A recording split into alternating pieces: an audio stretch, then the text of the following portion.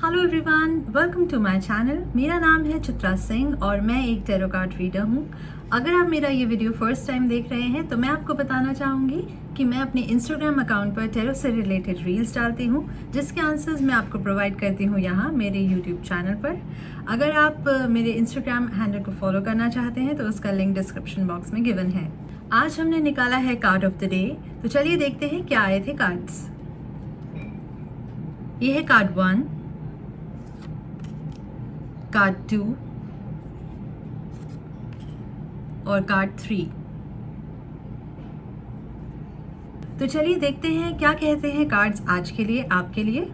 तो अगर आपने पहला कार्ड सेलेक्ट किया था तो पहला कार्ड कहता है कि जो पर्सन है वो बहुत ज़्यादा इमेजिनेटिव हैं, बहुत ज़्यादा इमोशंस से रिलेटेड हैं और उनको रिलेशनशिप्स को वैल्यू करना बहुत पसंद है। बहुत ही पोएटिक है, आप कह सकते हैं, लिटिल रोमांटिक भी हैं अपनी लाइफ में।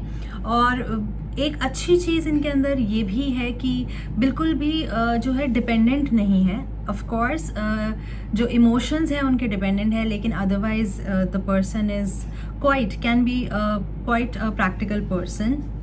उसी के साथ साथ अगर हम इनके फाइनेंसेस से रिलेटेड बात करें तो आप केयरलेस हैं थोड़ा सा अपने फाइनेंसेस को लेकर। उस केस में आपको किस तरह की इन्वेस्टमेंट करनी चाहिए, कहाँ पर वो इन्वेस्टमेंट करनी चाहिए, वो डिसीजंस जो बहुत ही ज़रूरी डिसीजंस होते हैं वो भी आप इमोशंस में आके ले जाते हैं। देखिए, आप अपनी रिलेशनशिप्स को लेके बहुत अच्छे हैं क्योंकि आप इमोशनल बहुत हैं, लेकिन वही इमोशंस जब आपको एक प्रैक्टिकल वर्ल्ड में उतरना होता है तो वो इमोशंस ओवर पार कर जाते हैं और आप डिसीजंस ज़्यादा इमोशनल लेते हैं रैदर देन प्रैक्टिकल। तो वहाँ पर आपको थोड़ा सा समझने की ज़रूरत है। आपके इन्वेस्टमेंट से रिलेटेड आपको कोई भी मैसेज, कोई भी संदेश आ सकता है कि वो प्रॉफिटेबल भी हो सकता है, वो लॉसेस में भी जा सकता है, तो आपको इस चीज़ के लिए प्रिपेयर रहना होगा। जो भी आप जिस भी तरह का इन्वेस्टमेंट कर रहे हैं, आप प्लीज़ ध्यान रखिए कि अगर वो इन्वेस्टमेंट एक बहुत ही प्रैक्टिकल नोट पर हो रहा है तो ठीक है, सब कुछ समझ के कि हाँ इस तरह की मार्केट आगे बढ़ सकती है और यहाँ पर मैं इन्वेस्ट कर सकता हूँ क्योंकि मुझे इस एरिया में, इस फील्ड में नॉलेज है, then it is good for you. लेकिन अगर आप सिर्फ इमोशंस में आके किसी के कहने पर कहीं पर इन्वेस्टमेंट कर रहे हैं तो मैं आपको कहूँगी कि आप थोड़ा सा संभल कर चाहिए। किसी ऐसे पर्सन से सलाह लीजिए जो आपके वेल विशर हों, जो आपको अच्छी सलाह देते हों या फिर जिनकी बातें आपसे ज़्यादा कनेक्ट करती हों। ऑलराइट। और अगर हम बात करें आपकी जॉब से रिलेटेड तो उस केस में क्या है कि जो आपका काम है वो उसमें आपको एक इस तरह का चांस मिलेगा कि आप अपनी क्रिएटिविटी शो कर पाएँ। जैसी आपकी सोच है, जैसे आप पोएटिक हैं बहुत ज़्यादा, तो वो कला आप अपने काम में दिखा पाएँ। उसी के साथ साथ ये कार्ड ये भी शो करता है कि हो सकता है कि आपको किसी तरह के बिजनेस ट्रिप पर निकलना पड़े या फिर आपको आपकी जॉब चेंज करनी पड़े या फिर आप आपकी जॉब की लोकेशन चेंज हो जाए, मतलब कंपनी सेम है लेकिन आपको रीलोकेट कर दिया जाए, तो वो भी एक चांसेस दिखाता है ये कार्ड। उसी के साथ साथ आपको ये भी कहा जाता है कि अगर आप सक्सेस पाना चाहते हैं अपने काम में, अपनी प्रोफेशनल लाइफ में, तो आपको थोड़ा सा प्रैक्टिकल तो होने की ज़रूरत है ही, लेकिन उसी के साथ साथ थोड़ा सा सीरियसली लेने की ज़रूरत है अपने काम को, अगर आप सक्सेस पाना चाहते हैं। और उसी के साथ साथ अगर हम आपकी लव लाइफ के बारे में बात करें तो आपकी लव लाइफ बहुत अच्छी है, लाइक बहुत रोमांटिक है, लेकिन ज़रूरी नहीं है ये लव लाइफ आपकी ज़्यादा टाइम तक टिके। इसलिए आप अपना बहुत ज़्यादा टाइम इस लव लाइफ में डिवोट मत कीजिए और बहुत ज़्यादा इमोशनली कनेक्ट मत हो जाइए पर्सन के साथ। अपनी लाइफ के गोल्स को भी याद रखिए, क्या आप अचीव करना चाहते हैं उन्हें भी याद रखिए। और उसी के साथ साथ ये भी हो सकता है कि जिस पर्सन के साथ आप रिलेशनशिप में आए या फिर आप जिस पर्सन के साथ आप अभी रिलेशनशिप में हैं वो भी आप ही की तरह बहुत ही एक आर्टिस्ट की तरह के, एक कलाकार की तरह हैं, तो इसीलिए आप दोनों का कनेक्ट बहुत ही ज़्यादा हो जाता है। तो ये बात की हमने हमारे फर्स्ट कार्ड की। आइए चलते हैं हमारे सेकंड कार्ड पर। जो हमारा सेकंड कार्ड है वो कहता है कि जो आपके पास बहुत सारे ऑप्शंस अवेलेबल हैं, ठीक है, बहुत ज़्यादा चॉइसेस अवेलेबल हैं, जिसकी वजह से आप एक करेक्ट डिसीजन नहीं ले पा रहे हैं या फिर ऐसा डिसीजन नहीं ले पा रहे हैं जो आपको लगता है कि आपके लिए सही रहेगा, क्योंकि माइंड में बहुत ज़्यादा कन्फ्यूजन है। क्योंकि देखिए, जब भी हम मार्केट जाते हैं किसी भी तरह की परचेजिंग करने, जब हमारे पास बहुत सारी चीज़ें होती हैं ना, तो हम हमेशा कन्फ्यूज़ हो जाते हैं कि कौन सी चीज़ सेलेक्ट करें, कौन सी चीज़ अच्छी है। उसी तरीके से आपकी लाइफ के साथ भी है, जब आपके पास बहुत ज़्यादा चॉइसेस होते हैं तो भी आप कंफ्यूज हो जाते हैं कि कौन सी चीज़ आपके लिए सही है, कौन सा ऑप्शन आपके लिए सही है। ये वाला इशू आप फेस करेंगे आज के दिन में। उसके लिए मैं आपको यही सजेस्ट करूँगी कि आप कोशिश करिए कि आप अपनी इंट्यूशन पर बिलीव कीजिए। आपका दिल फर्स्ट टाइम पर क्या कहता है वो आप सेलेक्ट कीजिए और उसी के बेसिस पर जाइए। आपकी इंट्यूशंस कभी आपको गलत नहीं बताती। उसी के साथ साथ अगर हम बात करें आपके फाइनेंसेस से रिलेटेड, तो आपके फाइनेंसेस में भी ऐसा ही इशू है कि आपके सामने बहुत ऑप्शंस हैं और आप कहीं ना कहीं उस पर इन्वेस्टमेंट्स भी कर रहे हैं, लेकिन वो इन्वेस्टमेंट्स आपको उतना फ्रूटफुल नहीं रहेंगी। इसीलिए अभी के टाइम के लिए या फिर आज के टाइम के लिए मेरा सजेशन यही रहेगा कि आप किसी भी तरीके के इन्वेस्टमेंट में मत पड़िए, या फिर अगर आपको बहुत ज़रूरी पड़ना भी पड़ रहा है तो बहुत ज़्यादा केयरफुल रहिए उस चीज़ को लेकर, जो भी आप इन्वेस्टमेंट जहाँ पर भी आप इन्वेस्ट कर रहे हैं। क्योंकि अभी क्या है ना, अभी चीज़ें आपको उतनी क्लियरली दिख नहीं रही हैं जितनी क्लियरली वो आपको दिखनी चाहिए किसी भी हैवी इन्वेस्टमेंट के लिए।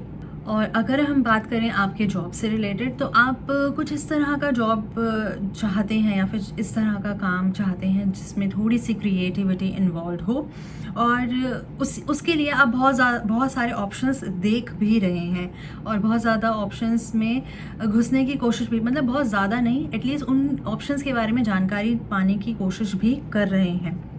लेकिन कभी कभी क्या होता है ना, फर्स्ट ऑफ ऑल आपको अपनी एबिलिटीज़ पर भरोसा रखना होगा, ठीक है, और आपको ये भी जानना होगा कि क्या क्या पॉसिबिलिटीज़ आपके लिए अवेलेबल हैं जहाँ पर आप ऑलरेडी एंटर कर सकते हैं। देखिए, अगर लैक ऑफ एजुकेशन है, लैक ऑफ नॉलेज है किसी भी क्रिएटिव काम में, तो उसमें अगर आप घुस भी जाएंगे तो हो सकता है आपको इश्यूज़ हों। आपको फर्स्ट ऑफ ऑल अपने काम की जो आप करना चाहते हैं उसकी कंप्लीट नॉलेज होना बहुत ज़रूरी है, ताकि आप जब उस काम में पढ़ें, जब उस जॉब में जाएं, तो आप अपना अच्छा रिजल्ट उनको दे पाएँ, ठीक है। और उसी के साथ साथ वहाँ पर भी आपको कोई फॉर ग्रांटेड ना लगे कि आपको कुछ नहीं आता या फिर आपको वो सिखा रहे हैं, ठीक है। आप अपनी तरफ से कंप्लीटली रेडी होकर ही आगे बढ़िए। आपको ध्यान रखना है कि जो भी चॉइसेस आप अपने लिए सेलेक्ट करें उसकी भी पूरी जानकारी लीजिए, क्योंकि कभी कभी चीज़ें दिखने में बहुत अच्छी होती हैं और अंदरूनी उनकी जो चीज़ें रहती हैं उसमें बहुत ज़्यादा लूप होल्स होते हैं। तो कभी कभी ऐसा होता है कि सब कुछ बहुत अच्छे से चल रहा है, सब कुछ बहुत अच्छे से दिख रहा है, लेकिन जब आप उसमें एंटर कर जाते हैं तो आपको पता चलता है कि अरे इसमें तो ये गड़बड़ थी। तो too good to be true वाला भी एक सिनेरियो अपने माइंड में रखिए और फिर ही आगे बढ़िए। अगर हम आपके लव लाइफ के बारे में बात करें तो ऐसा दिख रहा है इस कार्ड के मदद से कि आप जिन्हें पसंद करते हैं या फिर आप आपका ना जो आपको इंस्पायर करते हैं, लेट्स से, उनसे आप इमोशनली बहुत ज़्यादा कनेक्टेड फील करते हैं और उनके साथ आपको उठना बैठना बहुत पसंद है। एक तरह से पसंद है वो, लाइकनेस वाली पसंद है उनके साथ। और अगर आप रिलेशनशिप में नहीं हैं तो आप अभी भी अपनी फैंटेसीज़ में हैं और आप यही सोच रहे हैं कि ऐसा हो तो बहुत अच्छा हो, वैसा हो तो बहुत अच्छा हो, मेरा पार्टनर ऐसा हो, मेरा पार्टनर वैसा हो। तो बहुत ज़्यादा इमेजिनेटिव वर्ल्ड में हैं आप, तो आपको थोड़ा सा प्रैक्टिकल होने की ज़रूरत है। डिपेंडेंट नहीं है लेकिन प्रैक्टिकल भी नहीं है, ये वाला भी इशू है आपके साथ। तो ये हमने बात की हमारे सेकंड कार्ड की। आइए चलते हैं और देखते हैं क्या कहता है हमारा थर्ड कार्ड। देखिए, हमारा थर्ड कार्ड क्या कहता है ना, अगर आप थर्ड कार्ड देखें तो ये है थर्ड कार्ड। इसमें एक पर्सन है, उनके सामने कुछ वेसल्स गिरे हुए हैं और पीछे कुछ वेसल्स स्टर्डी खड़े हुए हैं, राइट। तो ये कार्ड शो करता है कि आप अपने सॉरोज़ में इतना ज़्यादा खो गए हैं, अपनी सैडनेस में, या फिर लाइफ से बहुत डिसअपॉइंटेड हैं, या फिर अपने लॉसेस पर इतना ज़्यादा फोकस कर रहे हैं कि आपको समझ नहीं आ रहा है कि उस चीज़ से बाहर कैसे आया जाए। साथ ही साथ जो आपके पास है आप उस पर फोकस नहीं कर रहे हैं, आप फोकस कर रहे हैं जो आपने खो दिया। इसलिए फ़र्स्ट ऑफ़ ऑल ये आपको जानने की ज़रूरत है कि आपको उस चीज़ से बाहर आना है। आप उन चीज़ों को चेरिश कीजिए जो आपके पास है, जिससे आप 1 से 4 बना सकते हैं, ठीक है? क्योंकि जब तक आप डिसअपॉइंटमेंट में रहेंगे या फिर सैडनेस में रहेंगे या लॉस के गम में रहेंगे, उतना ही ज़्यादा आपकी एनर्जीज़ जो है वो ड्रेन होती रहेगी। क्या होता है ना कि जो हमारी नेगेटिव सोच होती है ना, वो बहुत जल्दी अट्रैक्ट करती है हमें, ठीक है? और वो हमारी लाइफ में बहुत जल्दी डिफरेंसेस लेकर आती है। लेकिन जब हम पॉजिटिव सोचते हैं तो पॉजिटिव को अट्रैक्ट करना बहुत मुश्किल होता है और बहुत टाइम लगता है। इसीलिए हमेशा किसी भी सिचुएशन में है, हमेशा पॉजिटिव सोचिए ताकि पॉजिटिविटी ही अट्रैक्ट हो। नेगेटिविटी को अट्रैक्ट करने की ज़रूरत नहीं पड़ती, वो ऑलरेडी लाइफ में आ ही जाती है। तो आप अपनी तरफ से पॉजिटिव रहिए। अगर हम बात करें आपके फाइनेंसेस से रिलेटेड, तो वो ये कहता है कि आपने कुछ तो खो ही दिया है, लेकिन जो बचा हुआ है उसे भी लॉसेस में मत डालिए, उसे बचा के रखिए, उसे संभाल के रखिए ताकि आपको मुसीबत के वक्त में वो काम आए, ठीक है? और उसी के साथ साथ ये भी शो करता है कि हो सकता है कि आप किसी ऐसी चीज़ में इन्वेस्ट करने वाले हैं जो आपको लॉसेस देगा, तो आप अभी ही संभल जाइए, ठीक है? और उसी के साथ साथ अपने अंदर की उम्मीद को मत खोइए, अपने आप को इनकरेज रखिए, मोटिवेटेड रखिए, क्योंकि हर दिन जो है, हर दिन में रात नहीं होती ना, सवेरा भी होता है, उजाला भी होता है, तो एक न्यू बिगिनिंग होती है। तो वैसे ही समझ के आगे बढ़िए।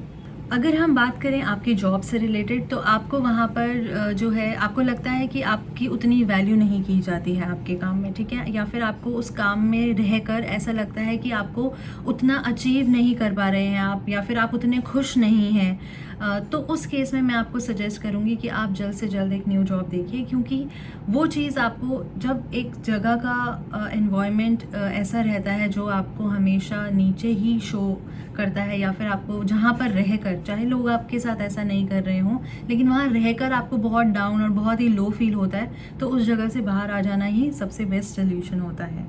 और अगर हम बात करें आपके रिलेशनशिप की, तो उसके साथ भी ऐसा ही है कि आप अंडरवैल्यूड फील कर रहे हैं, या फिर आप डिसअपॉइंटेड फील कर रहे हैं, या फिर आप अनहैप्पी फील कर रहे हैं, तो उसके लिए भी जो मैंने आपको पहले कहा, एक वक्त लीजिए थोड़ा सा, दोनों एक साथ बैठिए, बात कीजिए इस बारे में और एक म्यूचुअल डिसीजन पर आइए। शायद आप दोनों के लिए कुछ समय के लिए एटलीस्ट थोड़ा सा अलग होने की ज़रूरत है, और उसके बाद आप और बेहतर और पीसफुल माइंड से सोच पाएंगे कि आपको आगे क्या चाहिए। अगर उसके बाद आपको लगता है कि नहीं, आपको एक दूसरे का ही साथ चाहिए, तो वेल एंड गुड। लेकिन अगर आपको तब भी लगता है कि आप अकेले ज़्यादा खुश हैं, अकेले आपकी ज़िंदगी में ज़्यादा शांति है, तो स्प्लिट होना एक बेटर ऑप्शन और एक बेटर सोल्यूशन है। तो ये थे हमारे आज के 3 कार्ड्स। आई होप आपको मेरा ये वीडियो अच्छा लगा। अगर आपको मेरा ये वीडियो अच्छा लगा तो इसे लाइक कीजिए, शेयर कीजिए, सब्सक्राइब कीजिए मेरे चैनल को, और बेल आइकन दबाइए ताकि आपको मेरे नोटिफिकेशन, न्यू वीडियो की नोटिफिकेशंस मिलते रहें। और कमेंट सेक्शन में मुझे ज़रूर बताइएगा कि क्या आप मेरी इस रीडिंग से रेजोनेट कर पाए हैं। तब तक के लिए बाय बाय।